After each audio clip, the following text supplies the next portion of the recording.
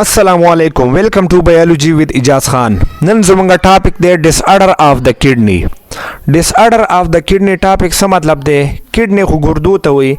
disorder of the kidney څه مطلب شو؟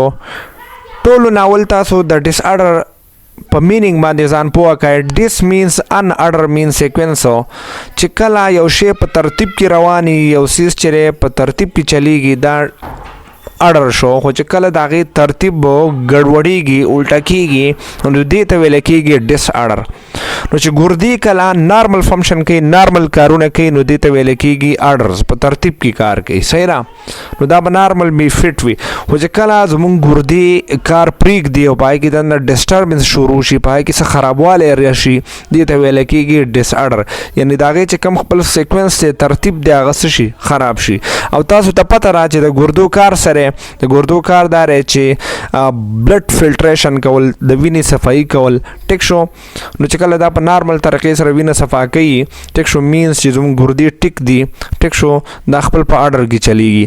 خو چې کله هغې فلټریشن پرېښودو په هغې کې دننه څه انفیکشن وشو په هغې کې دننه څه خرابوالی راغی دغې ته ویلی کېږي ډس اډر آف د کډني یعنې د ګردو بیماریانې. صحیح نه؟ ټولو ناول ډیفینیشن وګورئ.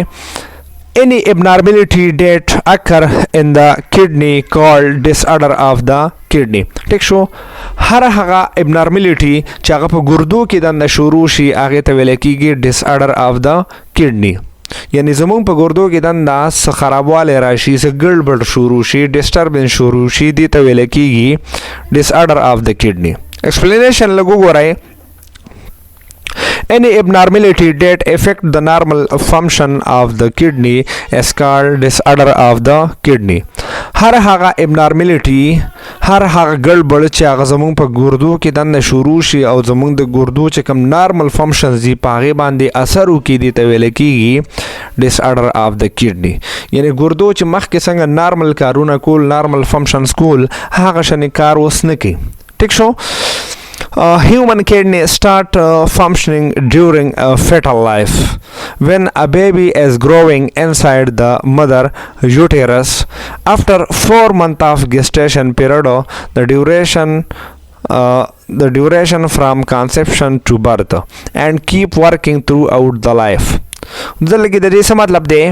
هیومن کډنی سټارټ فنکشنینګ ډیورنګ فیټل لایف د دې څه مطلب دی؟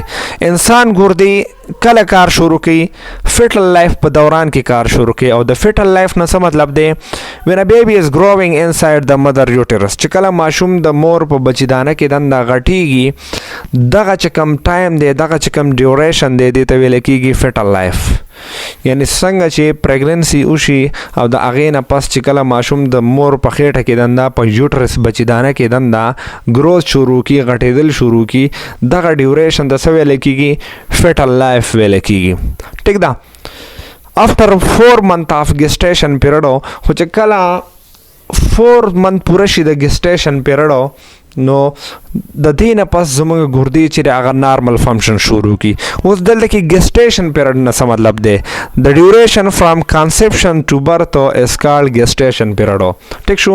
هغه ډیوریشن هغه ټایم چې هغه د پریګننسي نه شروع شي او تر هغه پیدایشه پورې د دې ترمنځ چې کوم دا ډیوریشن یا ټایم دی ته ویل کېږي gestation period.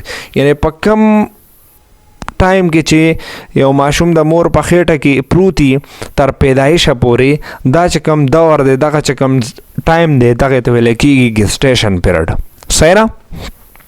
and keep working throughout the life. نو چې کله د دغه gestation period یا fetal life چې کله 4 میاشتې پوره شي نو د ماشوم چې کوم ګردې دي هغه کار شروع کړي. ټیک ده؟ But sometime due to external or internal factors but sometime due to external or external factor yani external factor means dehydration medications poor diet the normal function of the kidney may be disturbed. وی په بعضې ټایم کې داسې چل وشي د بهر څه فیکټر د وجې نه یا دندني څه فیکټر د وجې نه ټیک شو زموږ د ګردو چې کم نارمل کارونه دي هغه ډسټرب شي او ګردې څه شي خرابې شي. لکه څنګه ایکسټرنل فیکټر نه څه مطلب دی لکه نمبر 1 ډیهایډریشن شو مطلب مونږ اوبه نه څکو او زمونږ د جسم نه اوبه چې هغه ډېرې ووځي ټیک شو یا د ستونو په شکل کې اوبه ووځي نو ډیهایډریشن وشي د هغې د وجې نه ګردې کار پرېښودی شي. نمبر 2 میډیکیشن مونږ داسې دویانې خورو چې هغه یا مونږ ډېر زیات وخورو مونږ له کم مقدار کې پکار یا مونږ ډېر زیات وخورو یا مونږ له لږ ټایم له پکار مونږ ډېر وخت دپاره هغه استعمال کړو د هغې د وجې زمونږ ګردې کار پرېښودی شي. د هغې نه علاوه پور ډایټ نه مطلب دا دی مونږ داسې خوراک خورو چې پای کې شوګر زیات یا پای کې سالټ وغیره زیات نو د هغې د وجې نه زموږ په ګردو باندې څه کېږي اثر چې دی هغه پرې باسي او ګردې خرابوي. نو د نارمل فنکشن اف د کډنی مې بي ډسټرب نو زمونږ د ګردو چې کوم نارمل فنکشن دي نارمل کارونه دي هغه بیخي ډسټرب شي او هغه څه شي هغه خراب شي. These situations are called disorder of the kidney او دې حالاتو ته بیا څه ویل کېږي disorder of the kidney ویل کېږي. ټیک شو فار ایگزامپل که تاسو مثال وګورئ د کډنی ډس آرډر موږ سره کامن چې کوم ډس آرډر دی د کلاس 10 په بایولوژي کې نو هغه کم دی چې هغه موږ نیکسٹ ویډیو کې یا نیکسٹ لیکچر کې ډسکس کوو نو هغه موږ سره کډنی سټون دی کم ته چې موږ د ګردو ګټۍ وایو ټیک شو او کډنی فیلر چې کله ګرده کار پرېږدي فیل شي نو دا به مونږ انشاءالله په نیکسٹ ویډیو کې ډسکس کوو. دا مونږ سره ایښی ډس آرډر آف د کډنی چې په هغې کې مونږ د هغې ډیفینیشن وکړو بیا لږ شانت ایکسپلینیشن وکړو بیا مونږ د هغې اگزامپل چې دی هغه سټډي کړو.